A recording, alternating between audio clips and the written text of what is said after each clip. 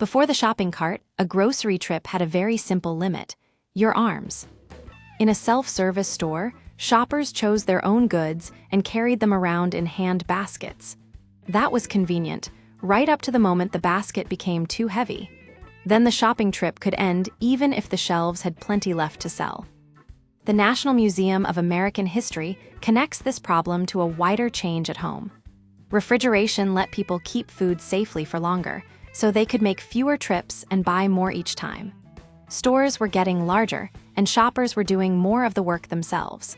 But a bigger shop is only useful if you can move the groceries. The cart was built to remove that physical break. It was a convenience for the shopper, and quite openly, a way for the store to sell more. Sylvan Goldman understood that problem from behind the counter. He and his brother had built grocery businesses in Oklahoma, and in 1934, Goldman bought the struggling Humpty Dumpty chain. He wasn't trying to invent a universal vehicle. He had a store problem. Customers could only buy what they could carry. On June 4, 1937, Goldman stores promoted a new way to shop without carrying a cumbersome basket on your arm. A Smithsonian archive describes Goldman's design as the first shopping cart in the United States.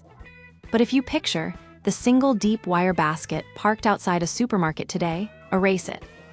Goldman's machine looked more like a folding chair frame on wheels, with space for two removable baskets. It solved the shopper's carrying problem, but it wasn't yet the cart we know. Goldman's patent documents make the early mechanism clear. One application, filed on May 4, 1937, described a collapsible carrier for a self-service store. It could hold an ordinary hand basket, and one version included a basket built into the folding structure. That patent was published in 1939. A second application, filed on March 14, 1938 and published in 1940, described crossed, pivoting leg frames with wheels and more than one basket support. Open it, and the frame became rigid enough to push. Fold it, and the parts moved together for compact storage. That is where the folding chair comparison belongs.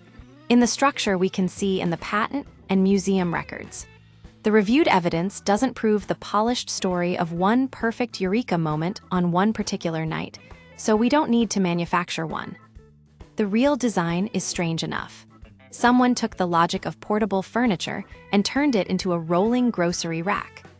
Then came a problem no patent drawing could solve. Shoppers had to agree to use the thing. The Oklahoma History Center says Goldman's cart didn't catch on immediately.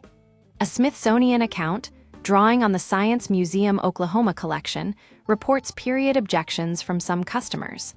Some women associated the cart with pushing a baby stroller. Some men considered it unmanly. Those are museum-reported reactions, not a vote taken from every shopper in 1937. But they show why a useful object could still feel socially awkward. The machine was new, and pushing one in public meant doing something other shoppers weren't yet doing. Goldman's response was wonderfully practical. The Oklahoma History Center says he hired models to push carts around his stores and demonstrate how they worked. The sources don't give us a measured conversion rate for that tactic.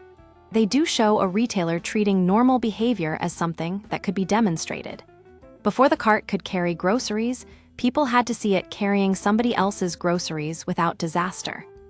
Even when customers accepted the cart, Goldman's folding design left another problem behind. The Smithsonian Archives Center says the baskets had to be removed and stacked after use. The frame was folded separately. Before the next shopper could use it, the pieces had to be assembled again. So the customer's work had gone down, while the store had gained a small cart-building ritual. Folding saved space, but it demanded handling. In a busy store, a cart that waits in pieces isn't quite ready for the next customer. The modern answer wasn't simply to make Goldman's cart larger or stronger. It was to make several complete carts occupy the same space, while keeping every one of them ready to roll. That required a different mechanism and a different inventor. In 1946, Orla Watson of Kansas City developed a telescoping shopping cart. Telescoping means that one complete cart slides partly inside another, like the nested row you see outside a supermarket. Watson's key move was a hinged side on the basket. When another cart approached, that hinged section could move out of the way. The frames and baskets could overlap without staff removing the baskets or folding the carts flat. The Smithsonian Archive says examples were manufactured and put to use at Floyd Day's supermarket in 1947. This solved the store's half of the problem.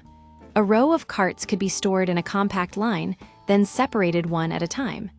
There was no basket pile, no stack of folded frames, and no reconstruction before every trip. Goldman had helped shoppers carry more through the store. Watson made the carriers practical to store between shoppers.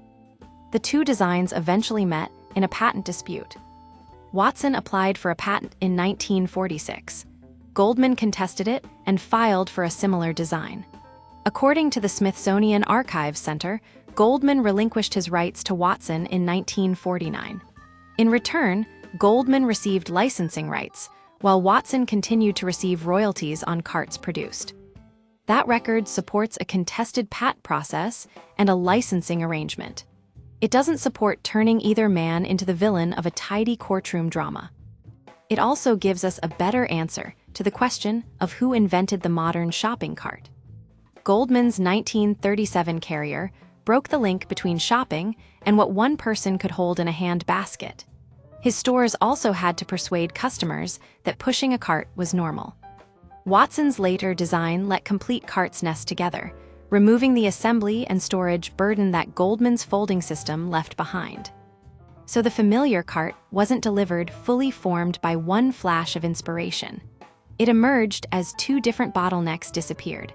First, the limit of the shopper's arms, then the store's problem of where to put all those rolling baskets.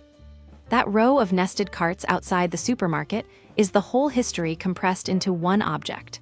Pull one free, and two inventions come apart in your hands. If you enjoy finding the hidden history inside everyday objects, subscribe to Everyday Weird Histories and choose the next story on screen.